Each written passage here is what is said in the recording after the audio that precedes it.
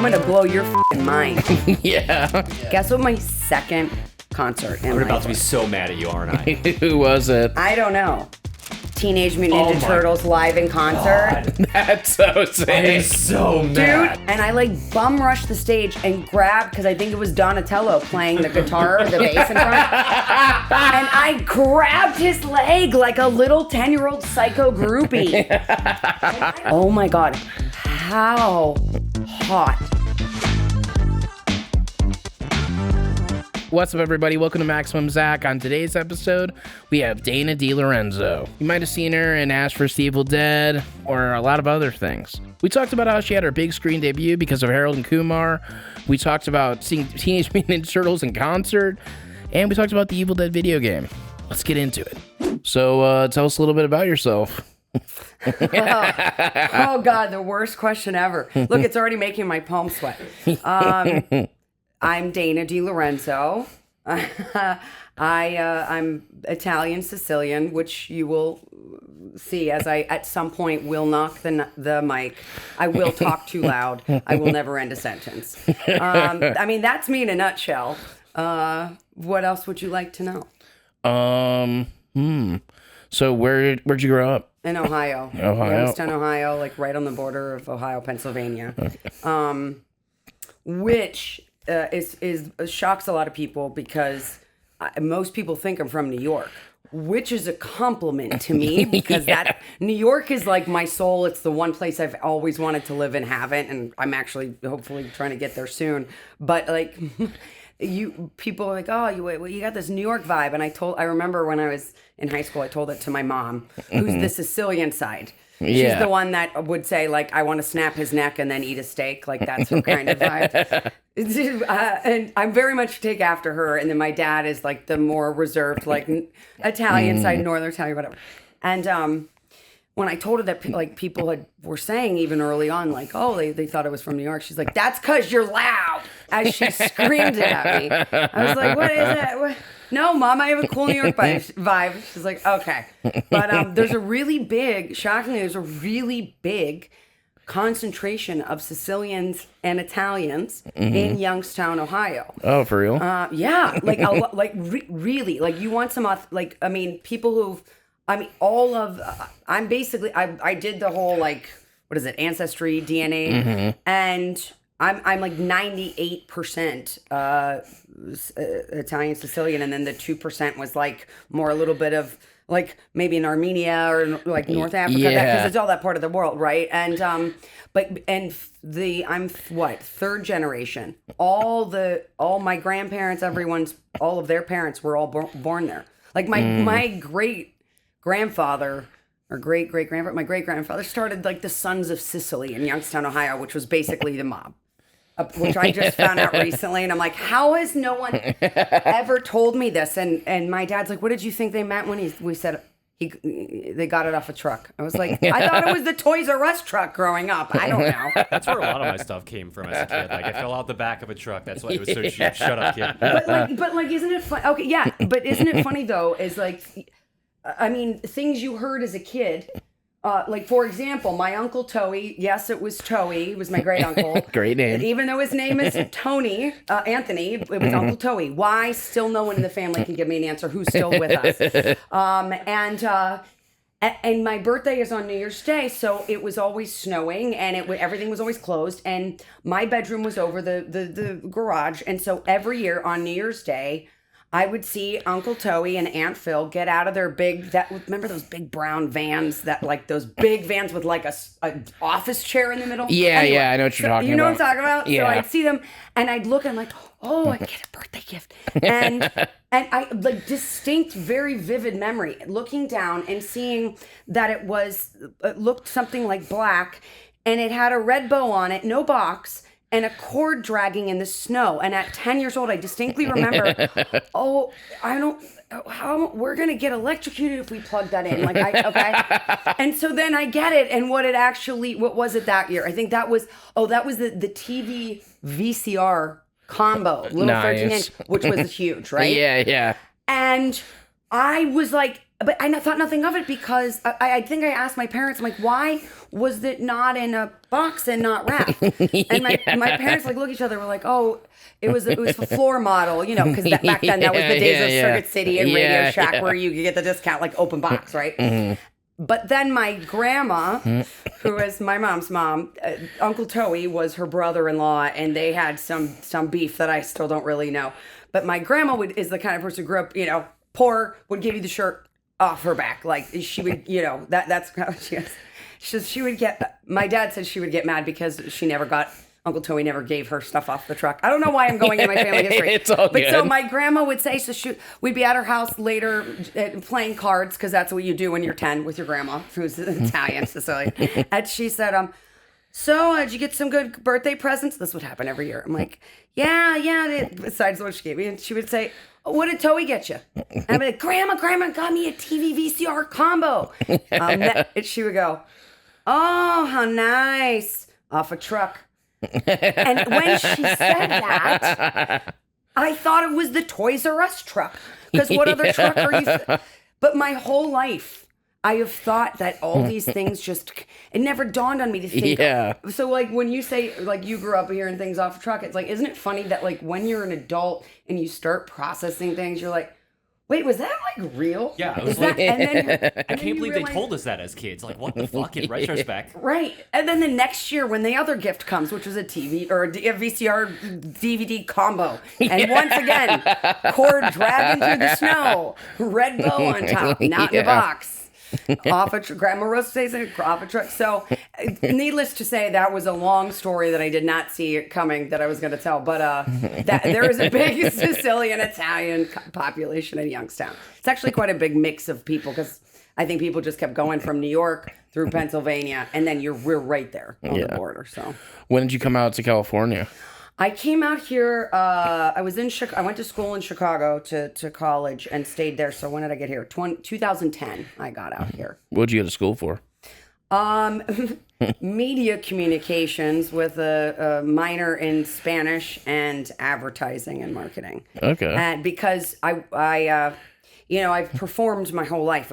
I've loved it since an early age, like before I even knew what it was. I really just loved it. And, but my parents, being, hardworking small business owners, things were, tough. It was, so they were like, you could still always do acting stuff on the side, but, what are the odds? So like, you got to get a degree. And I used that degree for a solid 6 months right out of college, and I haven't used it again. It comes in handy, but it was one of those things where like it just I've worked so many of those kinds of jobs, like sitting in a basement at a desk, and I go and say I can't. I need at least an interaction. You know what I mean? I need a job with talking to people and having them have to suffer through my never-ending tangential stories. It's really what makes me tick, I guess. So you always loved performing. When did you get into acting? I mean, I guess since I was, I guess why I'm struggling with that question is like, it was always performing for me as opposed to acting. I think my first love is performing, meaning all the things you can do on a stage, singing. I was never really a dancer. I wish I was. I tried, but that's not too left feet. And so as early as, I was performing shows for my family at like 2.5, like 3. And I was tape recording jokes that I was telling to myself and my stuffed animals of Big Bird and Ernie and Bert and all my friends at the time, like just on my Fisher-Price tape recorder that I was, and I have the tapes so I can prove it, but really just was more interested in making myself laugh, which to this day, I'm usually the only one who thinks I'm funny. So I think that in terms of performing, that's when I've always loved it. And, did stuff through school. If you're saying like, when did I get into acting professionally? I would say it was probably realistically when I got an agent when I was in Chicago. But like I had done plays and musicals was my first love. Like being on Broadway was my real dream, or SNL. Those were my two big dreams growing up. But it kind of just transitioned into acting and TV, and film, because that's just where, I guess I had nodules at a very young age from singing in all of those, like, middle school, high school, local community productions, so that I learned to sing wrong. And so I guess my Broadway dreams never really came true in that sense. So I think I just love to perform is really what it is. But that's why I kind of feel like a fraud a lot of the times, because I don't, like, my own parents are like, I think you're just more of a performer than an actor. And I think that's kind of true. I tend to I think my wheelhouse with certain roles, or what I really love doing and don't, I mean, I'm always insecure about it, but like where I can kind of let myself go a little bit are the ones that are the roles that get to, I don't know, have a performance aspect to them, I guess. You know what I mean? Like, I don't want to say over the top, but have like all different of these like layers. Like, I was never classically trained. I don't really think I know how to act, but I love to perform in an audience. I love to make people laugh, and which again, really haven't mastered that, because I'm still the only one that laughs at myself. So got to work on my 2.5 aged material. Maybe I should go back to those jokes. You just have like cassette tapes of like hours of just stand-up material. I do. You want to hear one of my jokes? Yeah. I do. What did the apple say to the banana? He said, "Hello, Big Bird." Bah! And I would cackle like a possessed child at myself. That was it. But then I also had this weird thing at that age where my parents they tried to explain to me, like, you can say whatever you want on the tape. Yeah. And somehow my 2.5, 3-year-old brain thought that meant I could say bad words. But my parents were very strict, so the bad words in our house, I was the firstborn. So in were words like dummy, shut up, stinker, which was fart, things like that, booby, why, I don't know. And so I would then, like, where I would really laugh is I would say, oh, Big Bird, do you have a big booby on your face? Bah! Like, because I thought my parents couldn't hear me on this magical contraption. So I was filthy from a young age. What can I say? And now I'm trying. I've not dropped the F-bomb yet, right? That's pretty impressive. No, it's good. I'm pretty sure we dropped it twice already before you did did we? on this episode. I'm just holding it in, because once that cork goes off, Yeah. it's like Goodfellas over here. Yeah, I usually, I don't know. I never even keep track of it, usually. Yeah. Usually it's like the guess is like, oh, wait, can I curse? Oh, I can? Okay, then all bets are off. Like, it's a floodgate at that point. I know, but I'm trying to not do that. I tend to do that a lot. I mean, you fucking want me to swear, I'll fucking swear. But then it's going to just fuck every other word. It happens. It happens. It happens. The least of my problems. So you started, you got an agent in Chicago. I got an agent, and I started doing, first things I really did were like commercials. Because in Chicago at the time, this would have been like 2007, 8.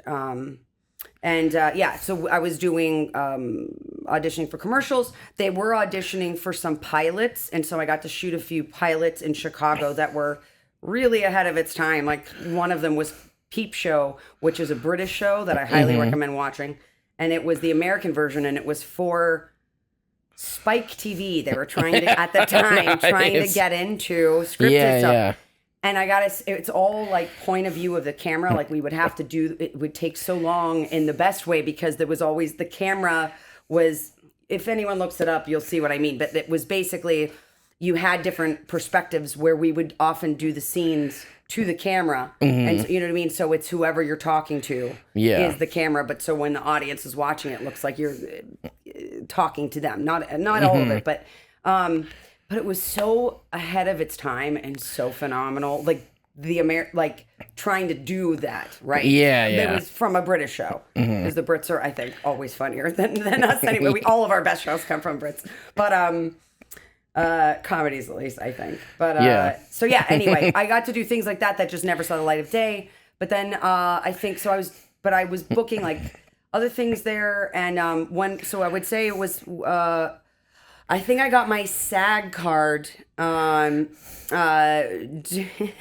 was still living in Chicago. I had come out to LA. I'd been flown out to LA. I did book a pilot here. It was a new sketch comedy, again, that never saw the light of day. But from that, I got representation out here, which I wasn't even trying to do. It just happened. Yeah, which I was told that this particular management company would never sign me because they're really big for comedy, and then they signed me, which was great. Hell yeah. But I lived in Chicago still, so but this now new manager is like, well, I can't do anything for you in Chicago. You got to move to LA. And I was resisting. I just didn't want to yet, you know? And, but I then, while this is all happening, I book this part in Harold and Kumar Christmas. Yeah. And it was quite literally, I think in the end, 8 seconds, right? But I was hired. I was hired because in Chicago it was like they shot it in Milwaukee or Detroit or something. So yeah, I got to stay there, which is they broke up my one line because it was with the two with both the guys, but it was moving through different areas, like going. Ironically, my first line is "What the fuck?" That's my first line. So because there were so many locations, I got to stay there for a week for probably 10 lines, 8 seconds of the movie. That's but awesome. I got my SAG card from that, which was great. So once that happened, then I moved out here in October 2010. And things kind of were on a really fast trajectory. And then like how this town can be is it's like, oh, you're a star, you're the, and then everything falls apart. Like it's how it is. So you know what I mean? So I think I had already had enough thick skin from enough rejections, but I think what was really I learned very quickly in LA is like you could be you're signing the contract, you're on the next thing, and then it just it just goes away. Gone, yeah. Yeah. So. It was definitely and I don't think I've ever gotten used to it, but you definitely build up a callus for it, and you just Yeah, I definitely don't think you get used to it. That shit in sucks. fact, I feel like I'm worse now at handling it. You know what I mean? I feel like I just because you also don't want to get into that trap of expecting that. Yeah. Because then I feel like you're just edging towards the negative outcome. But it gets harder and harder to like. I do try and find that I have to really push myself to accept the little wins, the wins of if there's a callback, as opposed to the outcome, like putting all the intention on actionable things, the things that are in your control, because none of this is in your control. None of it. Any of it. I mean, really, none of it. No matter, even if you're stand up, even if it really. It really does. The arts, man. From great pain comes great art, they say. Yeah. I definitely feel like that's true. Well, because I think it's just, I think when you love something so much, and that I've also really come to learn exactly what that expression means, which is it's not the destination, it's the journey.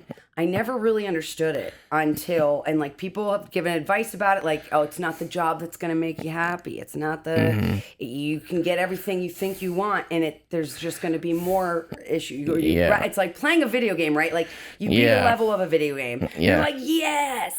And then you go to the next level and it's harder than the first. And you're like, but, and so it really is though, you got it. That's what I think it means is like, and what you remember most, if we're using the video game analogy, is you remember how you remember the struggle, and it's like takes pride in the fact that like I beat that level. Yeah, or, you know what I mean, of a video game, so to say, and it is in life. And I feel like because once you get to the next one, or once you accomplish it, it's not you don't feel any different. You just feel like, okay, moving the goalposts. Now I got to do this, and now and then so there's always a way to feel like you're a failure, even if other people think that you're doing 100%. There's always like something else you could want, like, always, or something you feel like you haven't done, or something you feel like. I mean, I personally feel like everything I do, I wish I could do over or do better, But then if I feel like now I'm at a point of like just trying to focus on like on how those experiences really they're, you know, you learn from mistakes, you learn from tough experiences. And I think, you know, in the end, I like to think we're all better for it. You know, and if not, you just keep learning the same lesson and you'll just keep getting the same hitting on the head. I can tell you that. I can tell you that. Yeah. So when so you were also in Ash versus Evil Dead? Yes. Yeah. How was that? One thing that really worked out, and I really did not see that coming. That was one I definitely. That was one, funny enough. It's a segue that I really there was so much going on that suddenly made everything I was working for every day sacrificing, which was to just get a job that I could sustain, because I was working at a bar here at the time, going on 3 auditions a day, like just constant rejection, right? And then my mom, because we're a very close family, my mom got diagnosed with cancer, and so right as that audition, the day of the first audition, I was working at the bar the night before the audition sides, which were like 10 pages of dialogue, which sidebar, first scene of that audition ended up being the scene you see in the very first episode of Ash. Yeah. Between Kelly and Ash at the counter. Mm-hmm. That was actually an audition scene. But anyway, the other scenes never really made it in there. But, and so because my mom was sick, suddenly nothing mattered except me being there for her and going back to Ohio. So it was interesting because the best of times, the worst of times, it suddenly put things in perspective of like, this isn't the end all be all. My mom is the end all be all. Like that to me is super important. So it was one of those things that happened so quickly. And so in spite of me even thinking it was going to be a shot that I had it, like I was not focused on it at all. My mom's first chemo treatment was the day of the audition. My team got the time wrong after me like being at the bar till 2 a.m, learning my lines in the car, getting to Santa Monica from the Valley, and me showing up. They're like, "Oh, did you not know that the time was it's later in the afternoon?" So I couldn't go back home because I had to. And then so I'm on the beach. After all, you know, do the hair and makeup and everything you have to still do when you're auditioning. Yeah. And I'm like, this is just, I'm crying, talking to my dad. How was her first appointment? And then I go to the audition just with zero fucks. Yeah. And that's something I wish I could bottle, because they tell you, like, you can't squeeze the puppy. You know, you want the puppy and you love it, but if you love it too much and you want it too badly, you squeeze it and you kill it, right? Yeah. And I wish there was a way to like mentally trick yourself, because I've been trying to find it. Yeah. But because I just, after that, just didn't care. I don't know. I got the callback, and that happened. Like usually there's 3, 4, 5, 6 callbacks. It was week 1 audition, callback. I was in Ohio. Usually like, all right, well, you don't get to get called back. Especially for something this huge. Yeah. Because of my situation, Lauren Gray, love her, the casting director, was like, we'll make the exception if she can get back here tomorrow. Yeah. I go in, have that has never happened in my entire career to this day. So I'm like, oh God, okay, fine. Because in my mind, I was like, I'm never going to get this. Yeah. Like, I just knew I wasn't. I was a fan of the franchise, of like, you know, I'm like, they're never going to go with a non-name like me. I had read something before that like Bruce Campbell wanted a Jennifer Lawrence type, which in my mind usually means they're going to get Jennifer Lawrence, right? Yeah. So, and then I get back to the callback. A week later, my team is calling me, because you have to sign a contract before you get the part. So before they're like, you're right, you're going to screen test with Bruce and Sam. I was like, I'm sorry, what? Like it happened. I had 15 callbacks for a commercial before, you know what I mean, for one line. And this is like, and I had tested for other pilots. I've booked other pilots. Yeah. I never in a million years thought this was going to happen. So I will say, when I went to the screen test, because I actually did, when I found out, I had found out the night before when we were going over the contract stuff, that it shot in New Zealand, which would have been amazing. And I've never really been that many places, and I'd love to go there. But I was like, no one told me the shot in New Zealand before I even started. Like, I can't be on the other side of the world. Yeah. And my mother said to me the time, she's like, Dana, how many times have you been in this position where you're testing and they love you and it doesn't work out? She says, if you get this one, you are going to New Zealand. Yeah. What are you going to do for me here? She's like, if this actually works out, you're doing it. And, and so she's like, and her and my dad on the phone just said, like, just enjoy that you're getting to screen test with Sam Raimi and Bruce Campbell. I was like, yeah. You know what? Because, you get really nervous for that stuff. And I had zero nerves. And I think I did right before I walked in. And then I got there and I'm like, I said to myself out loud when I got out of my car and before I walked in, I'm like, I get to act with Bruce Campbell today. Because it was I've never had anyone that big, especially with Sam behind the camera. Yeah.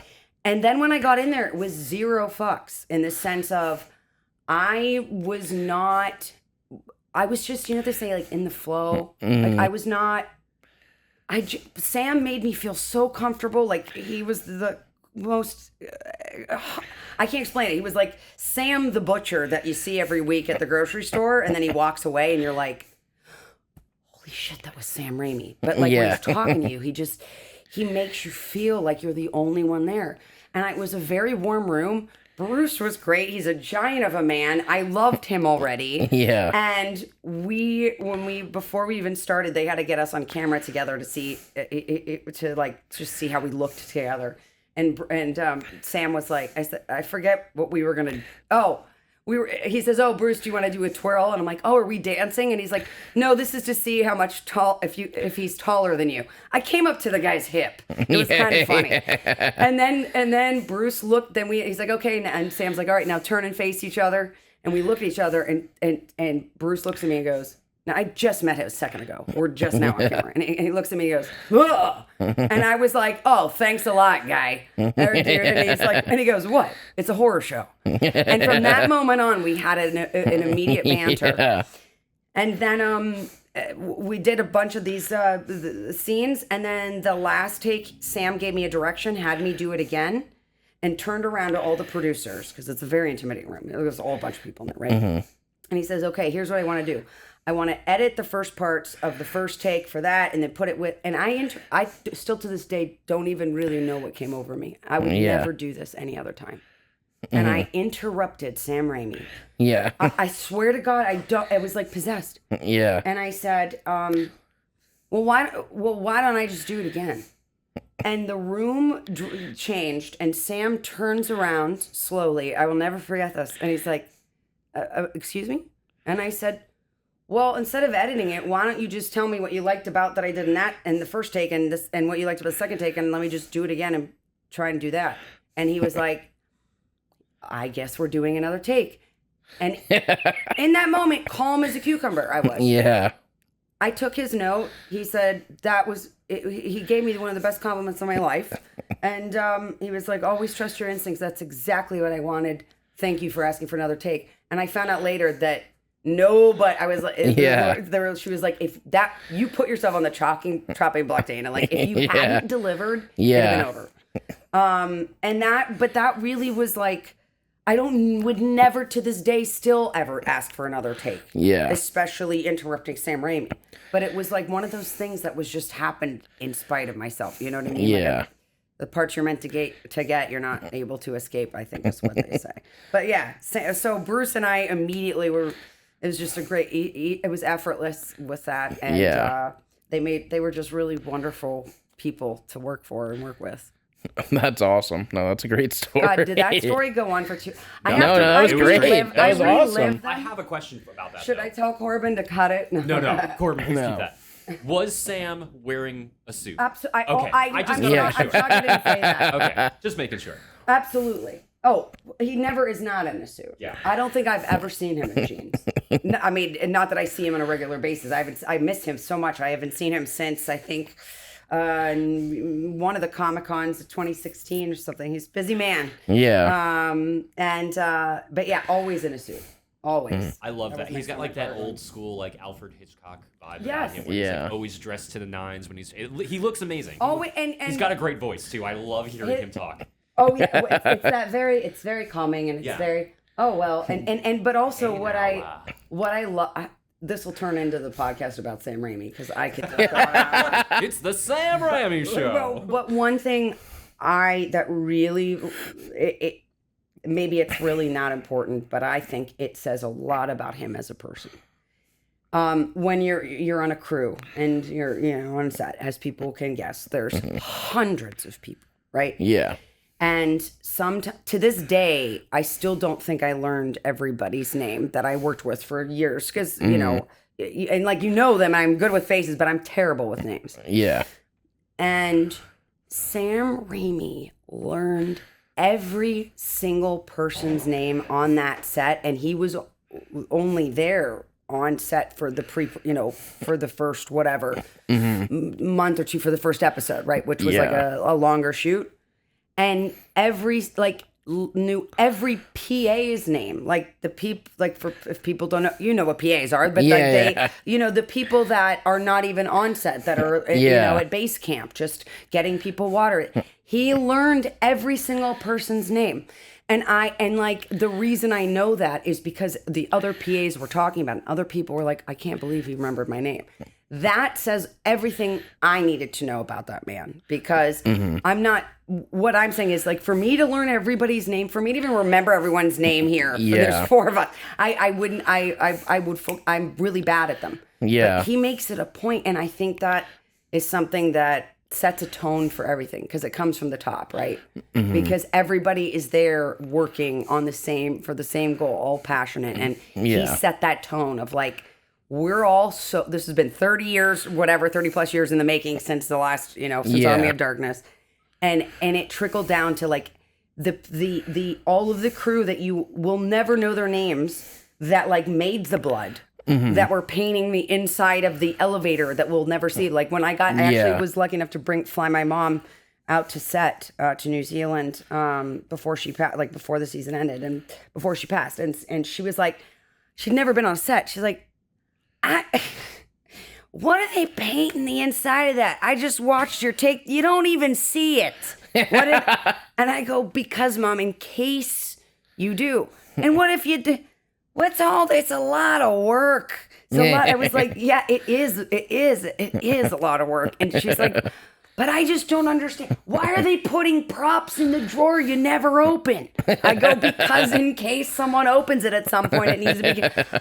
And she just couldn't even wrap her mind around those kinds of things, right? That's true for any set. But but she loved how passionate everybody was about it. Like everything was for the fans. It was such a, like, we would get excited when we saw all these giant barrels, like the kind that you would like burn stuff in outside, right?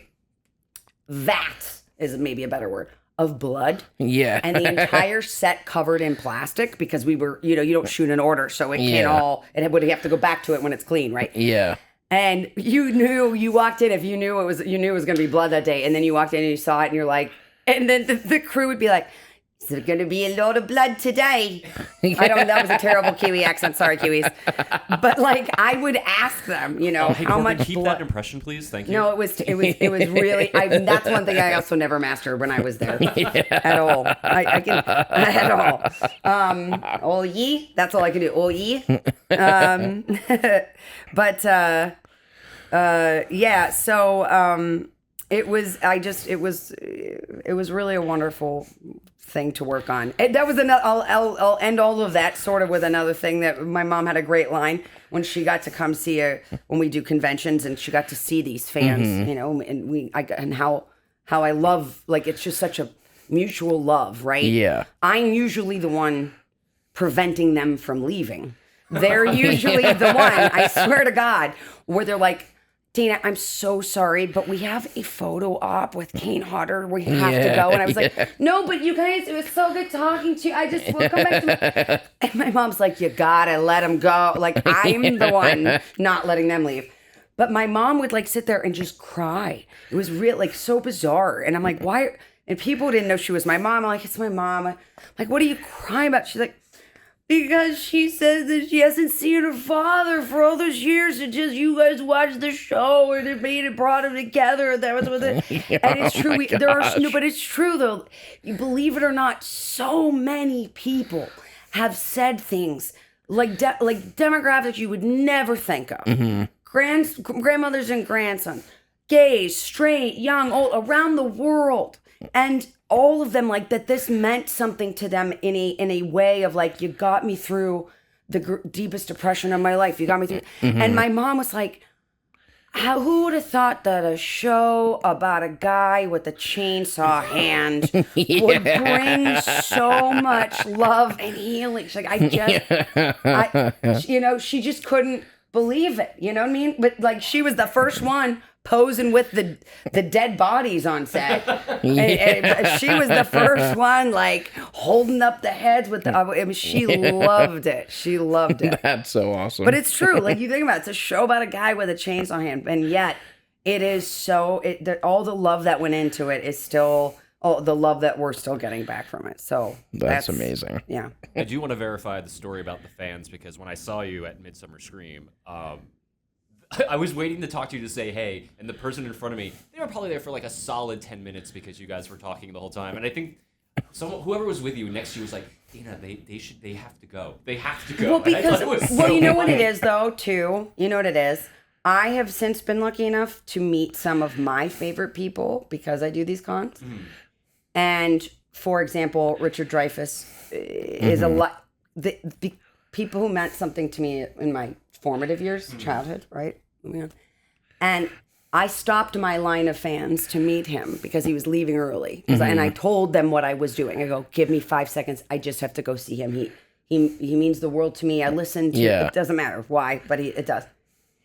And I went up to him. I'm there as a fellow guest. And I went up to him, and I know, get in, get out. And I knew that sometimes I can get starstruck because it matters to me for a long time.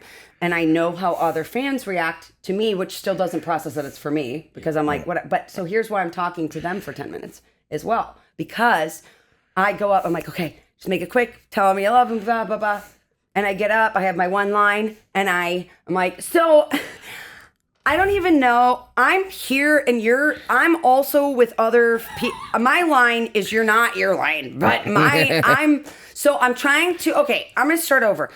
You mean like, and Richard Dreyfuss puts his hand on his chin. He's like, are you having a stroke? Do you need medical attention? I couldn't spit it out.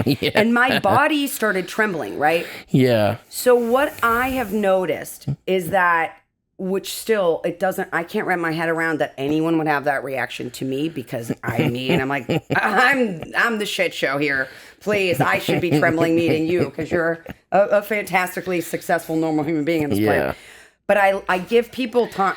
In fairness, I didn't think it was 10 minutes, but I also don't know when to end a sentence, as we've talked about. But I realize even that, like, the first few minutes, your brain can't, at least for me, when I met people that mattered to me, I couldn't speak, and then it's over, and you're just like, oh. So I think it's important for me that if they do if someone that now we've signed something, we've had an exchange of 5 minutes, and we've done something. If there's not an extreme line, which there wasn't, and then they want to keep talking, I want to give that to them, because now I know that they're present. You know. Because I think before it was like you're overwhelmed by this happening, this person, right? At least that's how it is for me. Yeah. But again, maybe what you saw was the person being like, please, someone save me. Please. No, they were super interested. They would have sat there all day to talk to you. And like, honestly, I think that's a beautiful thing that you do. Like, you pay attention to them, you listen, you respond, and you have like what else? A give and take relationship. I mean, guys, I'm a girl from Youngstown, Ohio, who has been struggling to just do what I love to do my entire life. I've had some success. I've had a lot more failures. And so the fact that these people are waiting, the fact that anyone is waiting in line to meet me is something I still will never understand. I don't know any other way to be than myself, which is they are making me feel seen. So I want to make, it's not even want to make it. I think it's just who I am. You know what I mean? They see me and make me feel like I've meant something to someone in their life, right? Like I've done, especially when they say something like, you got me, Kelly, or this character, her speech, was drinking every day, and I was gonna take, like, I'm serious. I hear some really heavy shit.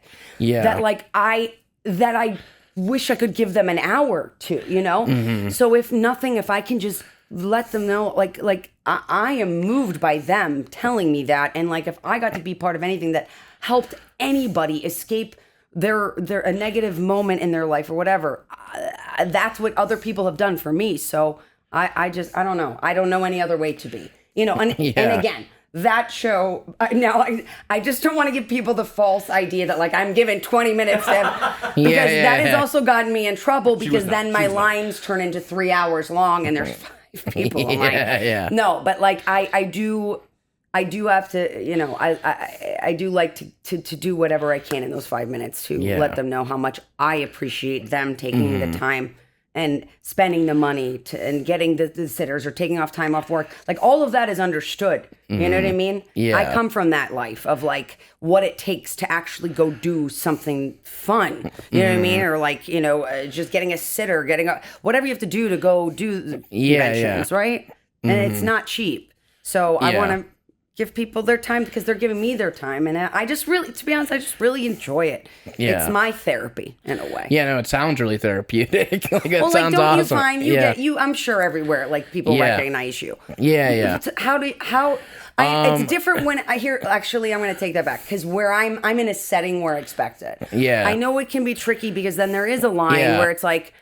One thing I do hate is where I've been with other friends who are really mega recognizable and famous. Yeah. And I saw firsthand that like people just sometimes don't respect that, like if you're just trying to have a meeting or you're trying to this, and again, it wasn't for me, it was for this person I was with. And now it's just honest to God. I'll give you one example. Luis Guzman, we were working on a thing together. We were trying to talk about our scene the next day, and we were in Santa Fe shoot. And again, I'm not trying to, although I did kind of almost get into it with somebody who would not leave him alone, because he got aggressive anyway. But like I stood up on a chair, I was like, "You want to go?" Like sometimes I think I'm still, because he's like, "Oh, what are you, his fucking bike guy? But sit down, bitch." And I was like, "What the fuck?" And meanwhile, Louis Guzman, like who has. He's like one of the most intimidating people, just even though he's a teddy bear. Yeah. He's like, "It's okay, sit down." But like every single person was coming up. I'm not saying like every 10 seconds. And so for me, it became frustrating because we had stuff to get through, right? Yeah. Am I sweating now because I'm talking about this? No, you're good. But like in those moments, my way to handle it was like, "Hey guys, we just need to finish talking about this. How about give us 15 minutes, let him eat. Yeah. And then I'll orchestrate it. I'll hold all your phones. I'll get all your selfies with him." Yeah. Because he said he was willing. But like, that's the other thing is it's hard. Because then if he had said it, then he looks like the bad guy, but we're not the bad guy. So going with you, I don't want to say it as like when you're trying to just, you know, check out at a grocery store or something. But like, don't you find that when people come up and say something, you're like, "Hey man, you made me laugh so hard." Especially, I mean, with this podcast, I'm sure you've heard that. Oh, yeah. I've definitely heard that kind of stuff. And like, even in situations where I'm like trying to like get somewhere or get done doing something, I'll just still talk to people. And like, I just like, no matter what, I'll just be like, "Yeah, cool. You know, let's take a picture." Like, we're the same. Yeah, you know what I mean? Definitely. It's like, you got to do it, you know? Yeah. Unless like they're like, I used to have fans that would want to like kick me in the nuts and stuff, and I would be like, "Yeah, I'm good right now. Like, I don't need to do that." But people I totally see it. That would be a thing. Like, that's really a fascinating mind thing for me. That someone's like, "Oh, let's go see if let's kick him in the nuts." It's like that would be like someone coming up to me and like, "Hey, can we reenact this scene real quick?" It's like, let's do the scene. Let me get my you in blood really quick. Yeah, exactly. Yeah, it's like I'm glad you have to. You know, people have to put the boundary. That's really fascinating. That people. What's ridiculous. The craziest thing anyone has ever? Besides, like, can you think of something that someone asked you to do in a moment you weren't expecting it? Of like a stunt, like a Jackass thing. One time, this dude was like I was walking out of I think I was just in Burbank actually, so around here, and this guy he was he's like, dude, I have this baseball bat in my car. Can I like hit you with it really quick? And I'm like, Are you what? serious? But like, I think he said he was joking, but he kind of was. Like, he was like kind of waiting to gauge like if I would let him do it. And I'm like, I'm good. Like, thanks. We can take a picture though. Yeah. Oh my God. Good call. Yeah. Good call. But that's crazy. Yeah. Can I hit you with a baseball bat? Just because. Yeah. I have a random question that kind of goes back to something you said before. I'm just basing it off the video game thing you said, but how wild is it that you're in a video game now? An Evil Dead video game on top of that. You guys, I would think we were talking about this, right? It is so wild because also, not so much anymore, but as a kid, I grew up with old school, like original NES, PlayStation, Sega. I was a gamer, right? I suck now because I got so used to doing the cheat code for Contra of like up, down, left, right, A, B, B, A, B, B. And my little brother had I had spilled like high C juice boxes, so the controllers were always a little hard to push because they're sticky. So now my muscle memory, whenever I play, like when I played the video game I'm in, I like just kept running into walls because the joystick always like the when they whatever was it like PlayStation 2 or Super Nintendo 2, whatever one brought out the joystick was the end of me. N64. N64. And that was when PlayStation, that is exactly when I quit playing video games because I really liked the nature of the Nintendo controller like Sega, but so my head exploded like never in a million years, and it's so interesting because it's got to be some like there's got to be some Rorschach test or some psychological test you can do of like I can't process that it's me. Like same thing when I saw a billboard. My boyfriend at the time was like, we're gonna go and it was on Sunset Boulevard, and he's like, you're gonna stare at it. And I like you look at it and it's like it doesn't look like you. I can't explain it. Maybe it's just me. Maybe I'm just a nutcase. But like so I tortured just as it was when we were growing up playing video games because I was obviously I was originally better than my brother when he was like 4. Yeah. And I had but I made him play with me. And as we were playing and I let him play me first. Although he didn't want to play me, he wanted to play Ash. I was like, dude, you're fucking playing, like, how, you're an asshole. I wanted to play me once. And so then, and there's video of it.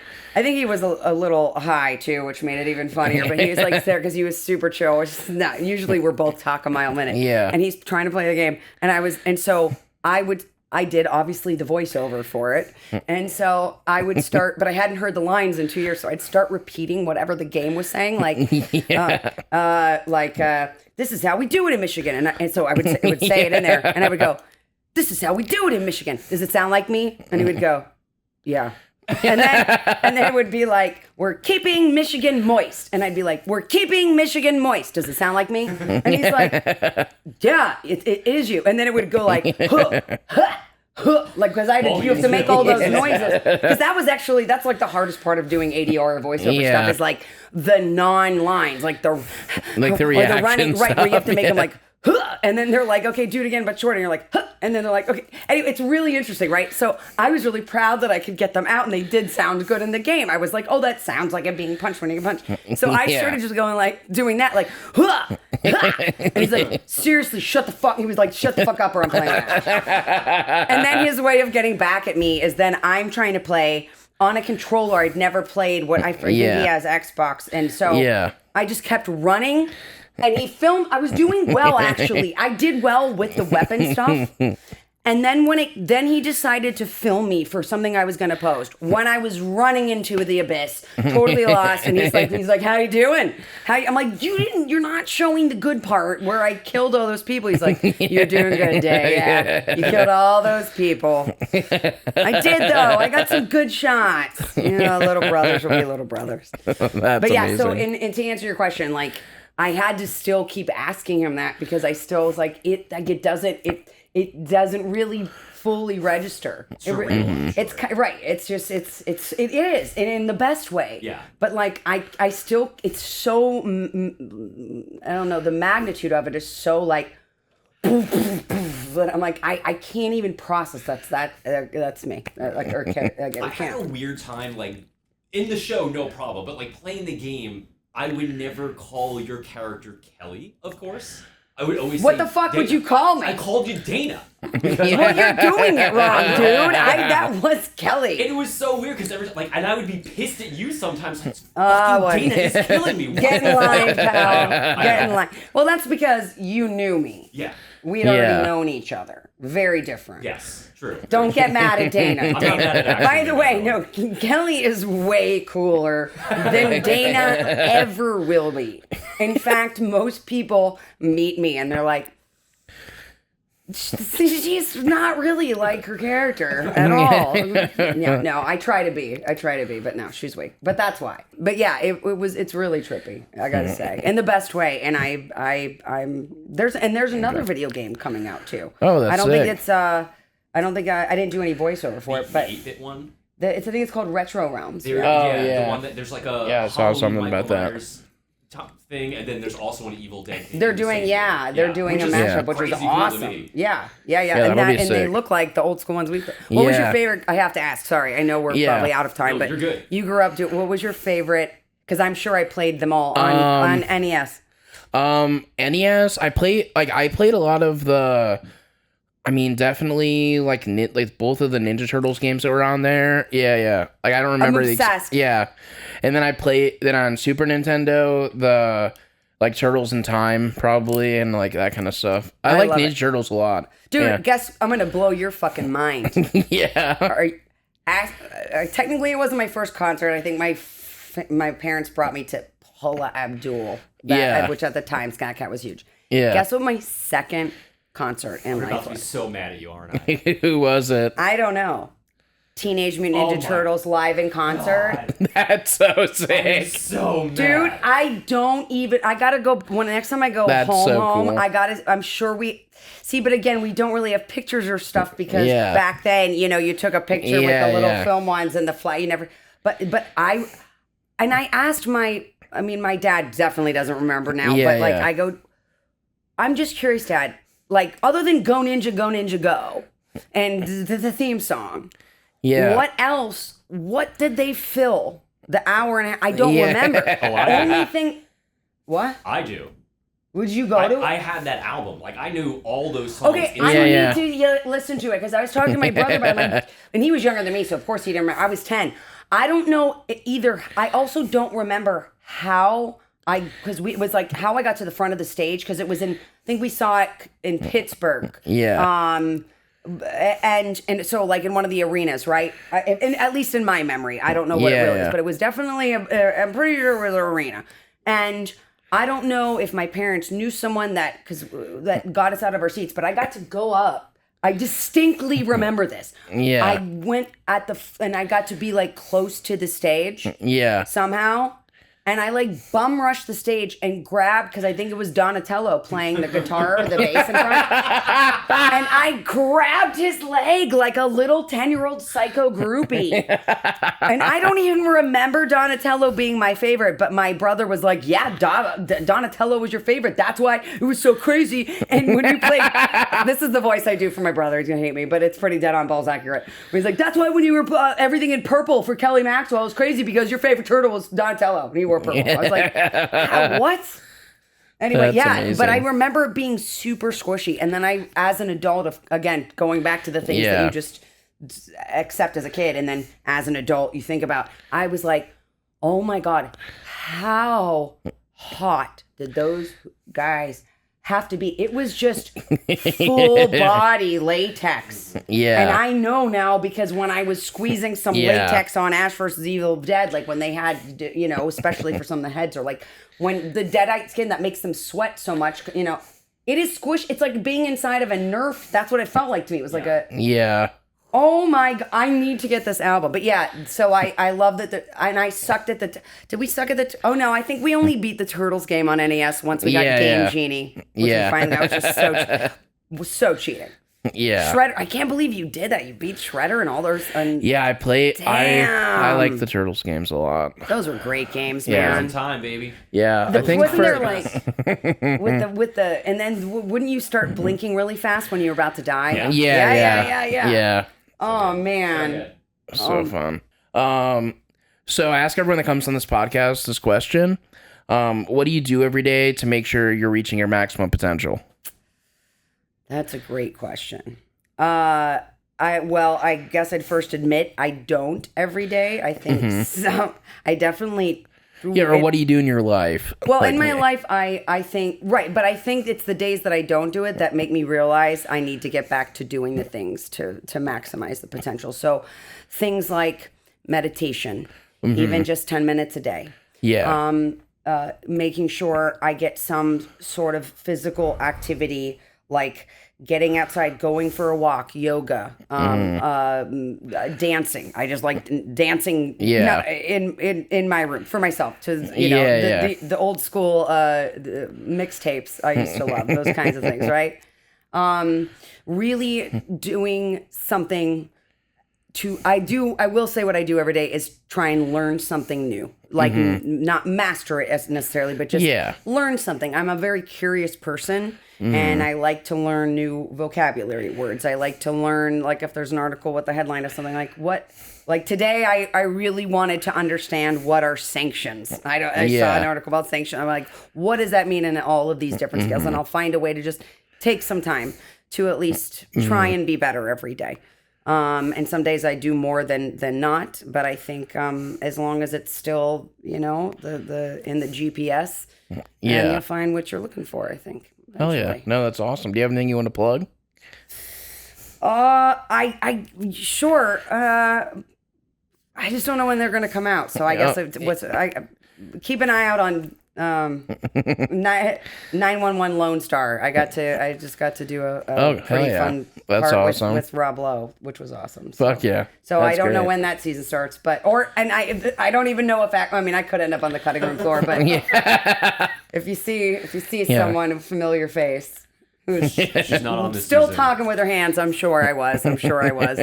But yeah, so I'm about to nothing. Let's plug, find your joy, find your maximum potential. Yes. And I really, can I plug something?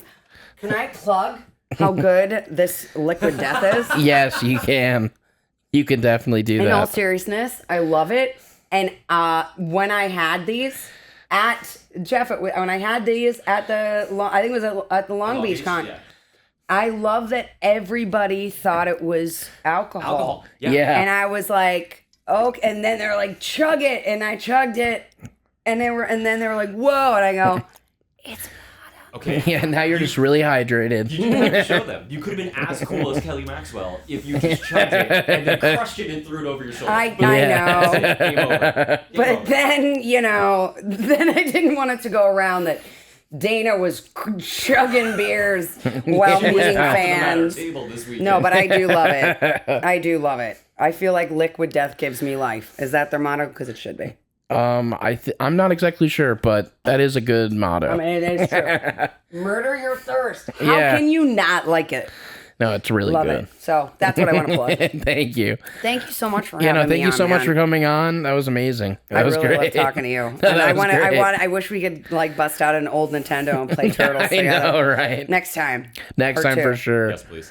Well, thanks everyone for watching and stay maximum.